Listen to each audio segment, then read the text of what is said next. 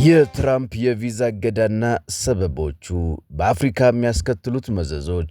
የቪዛ እገዳ ሰለባ የሆኑ ሀገሮች ዜጎቻቸው የቪዛ ማመልከቻቸውን ማስገባት ይችላሉ።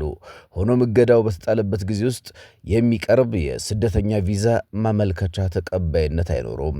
ሆኖም ቱሪስቶች፣ አትሌቶችና ቤተሰቦቻቸው እንዲሁም ለፊፋ የዓለም እግር ኳስ ዋንጫ ወደ አሜሪካ ለሚሄዱ የሚዲያ ተወካዮች የሚሰጡ ሌሎች ቪዛ እገዳዎችን አይመለከቱም። ሰላም ጤና ይስጥልኝ። ይህ ዜና ፕላስ ነው። ዕለታዊ ጉዳያችንን ይዘን መጥተናል። በተለይ የአሜሪካ ቪዛ እገዳ ላይ እናተኩራለን። የትራምፕ የቪዛ እገዳና ሰበቦች፣ በአፍሪካ የሚያስከትሉት መዘዞች። አሜሪካ ስደተኞችን የሚመለከተው ፖሊሲዋን ይበልጥ አጥብቃለች። መንግሥት ከ75 ሀገራት የሚደርሱትን የቪዛ ማመልከቻዎች ለጊዜው እንደሚያግድ ማስታወቁ ይታወቃል። ይህን ተከትሎ በአፍሪካ ሀገራት ምን ይፈጠራል? ከዚህም ውስጥ 1/3ኛው የአፍሪካ ሀገራት ናቸው እገዳ የተጣለባቸው። የቪዛ እግድ ባለፈው ረቡዕ አንስቶ ተግባራዊ መሆኑ ሲነገር በርካቶች መደንገጣቸው ይታወቃል። በተለይ የሚመለከተው ደግሞ በዩናይትድ ስቴትስ ለመኖር ለመስራት ያመለከቱ ሰዎችን ጭምር ነው።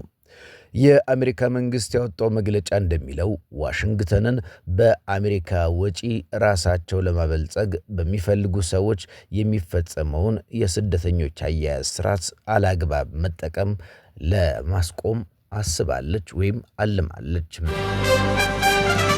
ዶቼ ቬለ ያነጋገራቸው የአሜሪካ የውጭ ጉዳይ ሚኒስትር ቃል አቀባይና በመስሪያ ቤቱ ስር የሚገኘው የአፍሪካ ክልላዊ ሚዲያ ማዕከል ኃላፊ ፊሊፕ አሲስ ትራምፕ ከዚህ ቀደም ስደተኞች ለመንግሥት ሸክም የማይሆኑ ራሳቸውን የቻሉ መሆን እንዳለባቸው ግልጽ ማድረጋቸውን ያስታውሳሉ። በተለይ ደግሞ ከተለያዩ ዓለማት የሚሄዱ ወደ አሜሪካ የሚገቡ ስደተኞች የአሜሪካውያንን የኢኮኖሚ ሀብት በመቀራመት ደረጃ መንግሥት ቀደም ሲልም ቢሆን ስደተኞች ራሳቸውን እንዲችሉ ማሳሰቡ ይታወቃል።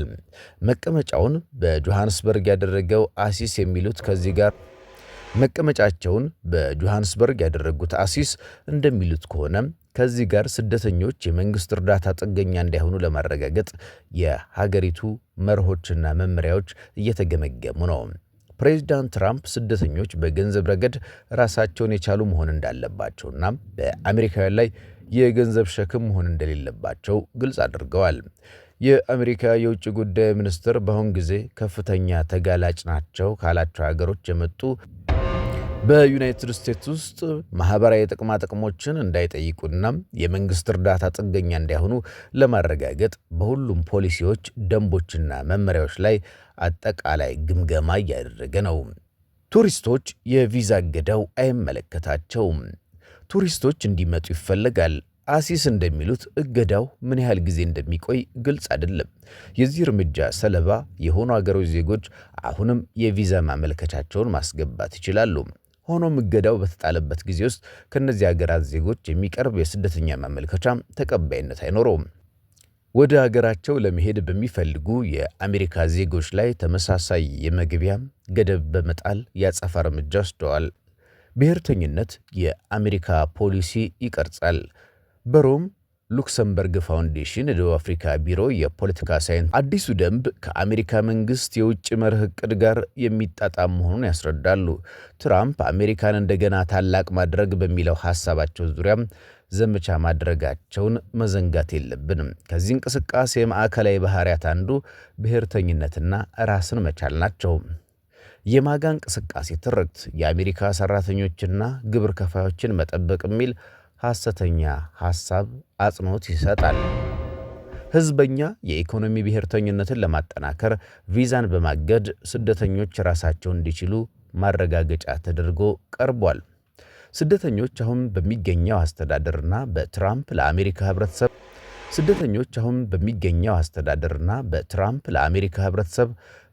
እንደ ስጋት ተደርገው ስለቀረቡ በራሱ ጥንቃቄ ያስፈልገዋል። የበለጠ ድጋፍ ለማግኘት የሚደረግ ሙከራ ነው። ህዝባዊ ድጋፍ ለማግኘት ከአፍሪካ ጋር ለሚደረገው ዲፕሎማሲያዊ ግንኙነት መሰናከል ከቅርብ ጊዜያት ወዲህ የቪዛ እገዳ ከሚመለከታቸው አፍሪካ ሀገሮች መካከል ግብፅ፣ ኢትዮጵያ፣ ታንዛኒያና ኡጋንዳ፣ ሶማሊያ፣ ሱዳንና ደቡብ ሱዳን ይገኙበታል። ከምዕራብ አፍሪካ ጋና፣ ካሜሮን፣ ኮትዲቯር፣ ላይቤሪያ፣ ናይጄሪያ፣ ሴራሊዮን እና ሴኔጋል ጨምሮ በርካታ ሀገሮች በቪዛ ገደቡ ዝርዝር ውስጥ ይገኛሉ። ባለሙያዎች የአሜሪካን የፍልሰት ፖሊሲ በሁለት ክፍለ ዓለማት ረጅም ጊዜ ለዘለቀ ግንኙነት እንቅፋት አድርገው ይመለከቱታል። ዳካር ሴኔጋል የሚገኘው ለስደተኞች መብት የሚሟገተው ሆራይዘን ሶን ፍሮንቲየር ድንበር የሌላቸው አድማሶች የተሰኘ መንግስታዊ ያልሆነ ድርጅት ሊቀመንበር ቡባካር ሴዬ እንደሚሉት የቪዛ እገዳ በተለይ ለሴኔጋል ዜጎች ከባድ ነው። ለሴኔጋል ተጽዕኖ ከባድ ይሆናል። ለመማር፣ ለመስራት ወይም ከቤተሰብ አባላት ጋር እንደገና መገናኘት እቅዶችን ይገታል። ይህ ውሳኔ የተሳሳተ መልእክት ያስተላልፋል። ዲፕሎማሲያዊ ምላሽና ጠንካራ ሙግት ይጠይቃል። ከመጠን በላይ መቆየት የሚለው ክርክር በጣም የተጋነነ ነው። የጥቂቶች ባህሪ መሰረት በማድረግ መላውን ህዝብ ይቀጣል። ይህ ምክንያት ከሁሉም በላይ የሚያገለው የስደት ፖሊሲን ለማጠናከር ነው፣ ገዳቢ ለማድረግ ነው።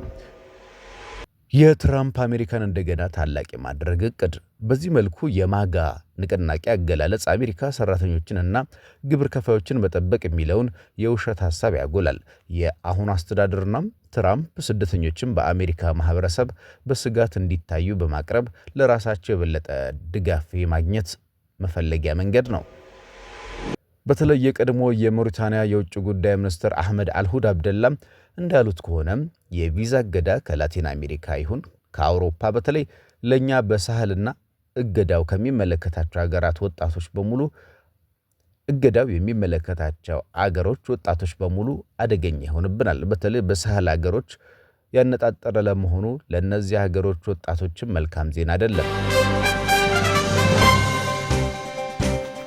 በአጠቃላይ በፖለቲካዊ ጉዳዮች ላይ ያልተሳተፉና እስካሁን ድረስ ለማንም ድምፅ ያልሰጡ ወይም ደግሞ እንደማይመርጡ ለማወቅ ምንም ምርጫ ያልተደረገላቸው፣ ስለዚህ ይህ ፖሊሲ እንደ አፍሪካ ሀገራት ትርጉም ያለው ፖሊሲ አይመስልም ብለዋል። በእርሳቸው አስተያየት በዚህ እርምጃ ለውጥም ሆነ ግልጽነት አይታያቸውም። ፍልሰት ከፖለቲካ ችግር መደበቅ አይደለም፣ ይልቁንም ተጨማሪ የሥራ ነጻነት፣ ስኬታማ መሆንና ከሃይማኖት፣ ከዘር፣ አካባቢ ወይም በቤተሰባዊ ትስስር ካለ ተጽዕኖ ነፃ መሆን መፎካከር ነው። እንደ ጉለንጌ ገለጻ ለህብረተሰቡ አስተዋጽኦ ያደርጋሉ ነው የሚለው። እንደ ጉለንጌ ማመልከቻዎችን ማገድ ለአሜሪካ ኢኮኖሚ ይጠብቃል የሚለው እውነት አይደለም፣ ተቃራኒውን ውጤት ሊያስከትል ይችላል እንጂ ብለዋል ጉለንጌ። እንደ ጉለንጌ ገለጻ የባህል ማንነት የፖለቲካ ሚና ይጫወታል።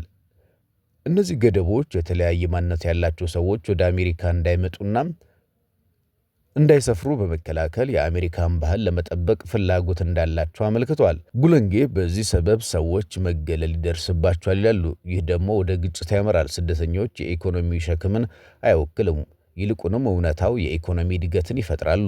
እንደ ጉለንጌ ማመልከቻዎችን ማገድ ለአሜሪካ ኢኮኖሚ ይጠብቃል የሚለው እውነት አይደለም፣ ተቃራኒውን ውጤት ሊያስከትል ይችላል እንጂ ብለዋል።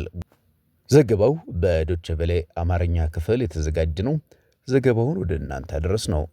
በቅርቡ የአሜሪካ የቪዛ እገዳን አስከትለን የቪዛ እገዳና ሰበቦቹ በአፍሪካ የሚያስከትሉት መዘዞች በሚል ወደ እናንተ አደርሰነዋል።